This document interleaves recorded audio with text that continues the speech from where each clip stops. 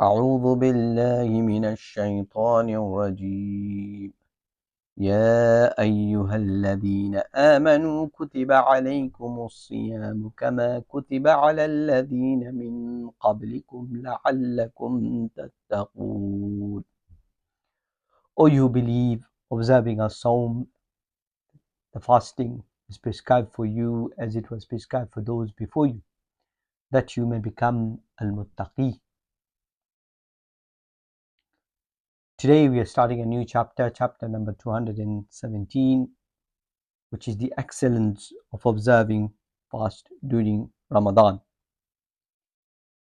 باب وجوب صوم رمضان وبيان فضل الصيام وما يتعلق به. Chapter of obligation, chapter on the obligation of fasting in Ramadan, the virtues of fasting and matters related to it. Assalamu alaikum, brothers and sisters. Welcome to this first lesson. In this lesson today we're going to understand the virtues of Ramadan in terms of its benefits, in terms of its virtues, and what is the obligation from Allah. So what are the learning objectives in this lesson? The first thing we're going to be learning in this lesson is understand the obligation of fasting. That is to learn the significance and religious matters of fasting during the holy month of Ramadan. Number two is to recognize the virtues of fasting. That means to study the spiritual, physical, and social benefits as mentioned in Islamic teachings. Number three, explore the rules and regulations of fasting. That is, understand the essential conditions, permissible actions, and invalidators of fasting. And we're going to also learn in this lesson the rewards and blessings of Ramadan by gaining an insight into the immense reward promised for those who fast sincerely. And finally, in this chapter, we're going to look at matters related to fasting, address some of the common questions, special rulings, and exemptions related to fasting in the month of Ramadan. But today we're going to start off with this verse, which is verse number 183 from Surah Al-Baqarah. And this is one of the surah and the only surah where Allah mentions about fasting. And today we're going to understand this verse number 183 to see what does Allah mention about fasting and what does it mean for a believer.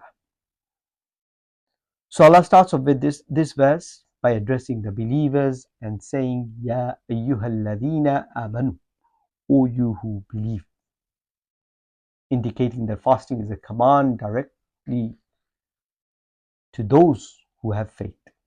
This highlights the obligation of fasting as a means of strengthening faith. So whenever Allah mentions in the Quran, Ya ayyuhalladhina amanu, which means, O you believe, this means that the message is only for the believers. So if somebody is not a believer, then this message is not for them. Alright, so if somebody, for example, is a Jew or a Christian or a follower of any other faith, then this message is not for them. This message is specifically to the ones who believe. And that are the Muslims. Yeah, the believers. Believers are the Ummah of Prophet Muhammad sallallahu alaihi wasallam. So this special privilege, if we can call it, the month of the fasting, we call the special privilege from Allah, or as we're going to see, the great month of blessing. This is only exclusively to believers. So whenever you find in the Quran, whenever we're reading the Quran, wherever we find Ya ayyuhalladhina amanu, we should read attentively, or we should listen attentively to see what command is going to be followed with it. Number two, we come to know in this verse fasting as a prescription. So the phrase kutiba alaykumus siyam, fasting has been prescribed for you. Now kutiba in Arabic means written. Some of the previous translations we have seen it being written as kutiba alaykumus siyam, fasting has been written for you. And some of the translations we see prescribed for you. Both of them means the same thing. Signifies means the same thing, and it signifies that fasting is an obligatory act, just as prayer and zakah are prescribed for the believers. So, what does prescription really mean? Have you heard this? Have you heard this word prescription before? So now, for example, if you go to a doctor, the doctor gives us a prescription. When we go to a doctor if you're sick or you're ill, and you visit the doctor gives you a prescription. And when you have that prescription, what do? Doctor asks you to get some medicine, and you eat that medicine, and you get better. Of course, shifa comes from Allah. Medicine is just a source. So now, likewise, Allah has prescribed fasting for us, such that, as we're going to see within this verse, gain taqwa. What is taqwa? Is we're going to be discussing in a few seconds. But taqwa is something that will help us become better believers, right? So Allah has prescribed this fasting, which is an act of worship, just like salah, just like zakah. And when we fast with the true spirit of pleasing Allah, what happens? We gain in taqwa. All right? And when we have lots of taqwa, as we're going to understand, is that we're going to be better believers. So Allah has prescribed it for us. That means it is something which is obligatory. And we can't say that I can't fast. No, we have to fast because Allah has written it for us. The other thing we come to know from within this verse is كَمَا كُتِبَ عَلَى الَّذِينَ مِنْ قَبْلِكُمْ, as it was prescribed for those before you. Shows that fasting is not a new practice introduced in Islam, but was observed by previous nations such as the Jews and the Christians. This emphasizes its universal importance in spiritual disciplines. So, if you understand from here, as Allah mentioned, كَمَا كُتِبَ عَلَى الَّذِينَ مِنْ قَبْلِكُمْ, as it was prescribed for the people before you, means nations and tribes were before the Ummah of Prophet Sallallahu Alaihi Wasallam. So it is not that the Ummah of Prophet Sallallahu Alaihi Wasallam was introduced to something new in terms of fasting. No, fasting was already there, which was prescribed for other nations and tribes. And we know, if you read the Quran, Zakaria alayhi salam mentions used to fast, right? So this was prescribed for the Ummah of Prophet Sallallahu Alaihi Wasallam through this verse. But something interesting to note, the way other nations and tribes fasted may be different from how we fast, right? When it comes to our way of fasting, Prophet Sallallahu Alaihi Wasallam has showed us exactly how to fast. And the way they might have fasted might be different. And so this is what it is important for us to understand, that we're following the Sharia of Prophet Muhammad Sallallahu Alaihi Wasallam. And the next thing we come to know from this verse is the purpose of fasting, and which is to attain taqwa. لَعَلَّكُمْ تَتَّقُونَ. Explain the ultimate goal of fasting is to develop self-resistance, piety, and consciousness of Allah. It teaches us self-discipline, patience, and sincerity in worship. So what is taqwa? Taqwa, we can define it as the consciousness of Allah, fear of Allah, or we can also say that you are aware that Allah is watching you and you don't want to do anything that would cause displeasure of Allah. And taqwa is a topic that we can talk about on its own, but for the purpose of this lesson, we are only going to relate it to fasting in terms of how it is important to us having taqwa and becoming better believers. So when it comes to taqwa, we are conscious, we have that consciousness of Allah. So whenever we do any act, whether it be worship, whether it be dealing, whether it be relationship, we are always conscious that Allah is watching. So now, for example, if someone is praying and they have the taqwa of Allah in their heart, that Allah is watching, I need to do it to my best, they would put their best effort in the salah. Likewise, if they are doing a business deal with somebody, if they have the taqwa of Allah, what will they do? They will make sure that they're doing in a manner that is prescribed in the Islamic Sharia of doing business. They wouldn't do anything that would benefit them and not the person they're doing business with. So always one is conscious and wants to do things in a way that is pleasing to Allah. And once a person have lots and lots of taqwa, then it teaches them self-discipline and patience and helps them build sincerity in their ibadah. And also, brothers and sisters, something interesting to note here that Allah mentioned so many times in the Quran. أعوذ بالله من الشيطان الرجيم إن المتقين مفازا. Allah mentions in Surah Naba that the muttaqi is the one who is the winner. And Allah mentions so many places إن المتقين في جنات ونعيم إن المتقين في ظلال وعيون. So these, the muttaqi, the word muttaqi is used to say they're the one who's going to be in paradise, in the garden of bliss. So what is a muttaqi? لعلكم تتقون. Yeah. So that we can become muttaqi. So the one who has lots of taqwa is the muttaqi.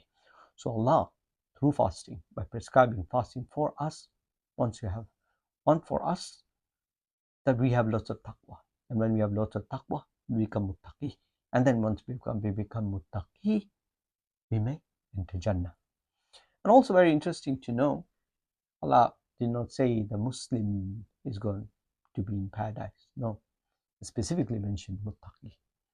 So, of course, fasting is one of the means through which we want to be muttaqi, but on a daily basis, in every action that we do, from the time we get up to the time to go to bed, we should always be mindful that Allah is watching us and have taqwa in all of the actions that we do. So, some of the rulings that we derive from this lesson is obligation of fasting. This verse serves as the primary evidence for the obligation of fasting for all adults, sane Muslims. So whoever is able to fast from the Muslims, all right, as long as they haven't lost their mental capabilities, then they have to fast. How and when they have to fast is what we're going to discuss in the next lesson, which is going to come in the next verse. And fasting was prescribed. One of the things that we come to know in this lesson is that it's something, not a new concept. It was prescribed to previous nation. Emphasizes that fasting is a fundamental act of worship across different religious traditions. This is something we come to know from this verse. And taqwa, number 3, taqwa is the essence of fasting. The goal of fasting is not just abstaining from food and drink, but also achieving higher spiritual and moral consciousness. So fasting should improve your iman spiritually. Spiritually, you become high in iman. So what does that mean? So everyone has a certain level of iman, right? But when they fast, the iman goes high. And when the iman goes high, they want to do more things to please Allah. They get into, after their fard prayer, they go into nafal ibadah, and they do lots of things to please Allah. And one of the key factors in that is their A is consciousness. They have the taqwa of Allah, and they are aware that Allah is watching, and they try and do their best in a manner that's pleasing to Allah. And the last thing we come to know as part of this lesson is that fasting as a means of spiritual training.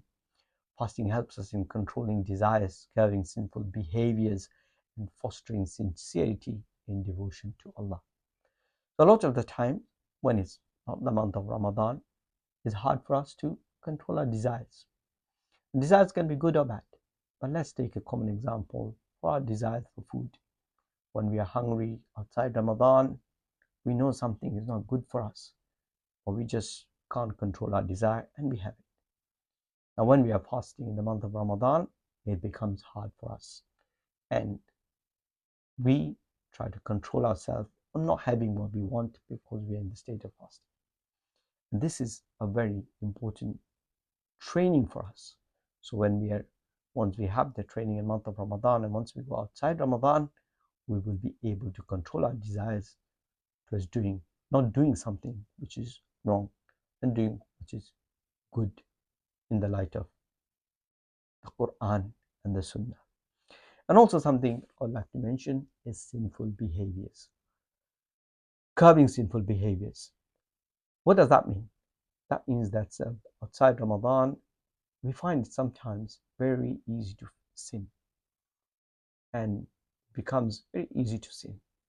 Or when one is fasting, they find it hard to sin. Even someone with very low in Iman, if you ask him to do something wrong, his or her response would be, I'm fasting. So which is something which is really good. So it helps somebody to control their sinful behaviors of doing something wrong, watching something wrong, speaking badly to someone. And once the month of Ramadan is over, they would continue to keep these good qualities which they have earned through fasting. And the last thing, very important, fostering sincerity in devotion to Allah. So once when somebody is fasting in the month of Ramadan, the whole day he is in the act of ibadah, in the act of fasting. And we can see one should be praying, one should be doing zakah, one should be doing charity, zakah, sadaqah, anyway. But every month of Ramadan, they do it more. And this improves or increases their relationship with Allah in terms of fostering sincerely in devotion to Allah. They become more devoted to Allah. And these are qualities that are very, very essential towards becoming a good believer, and all of them falling in line towards increasing taqwa. So brothers and sisters, we come to know from this lesson here today, the fasting is something which is an act of worship prescribed to us by Allah, and it was something that was prescribed to previous nations. And the ultimate purpose of fasting is to achieve taqwa. In the lessons to follow, we will see what other factors that Allah mentioned about fasting.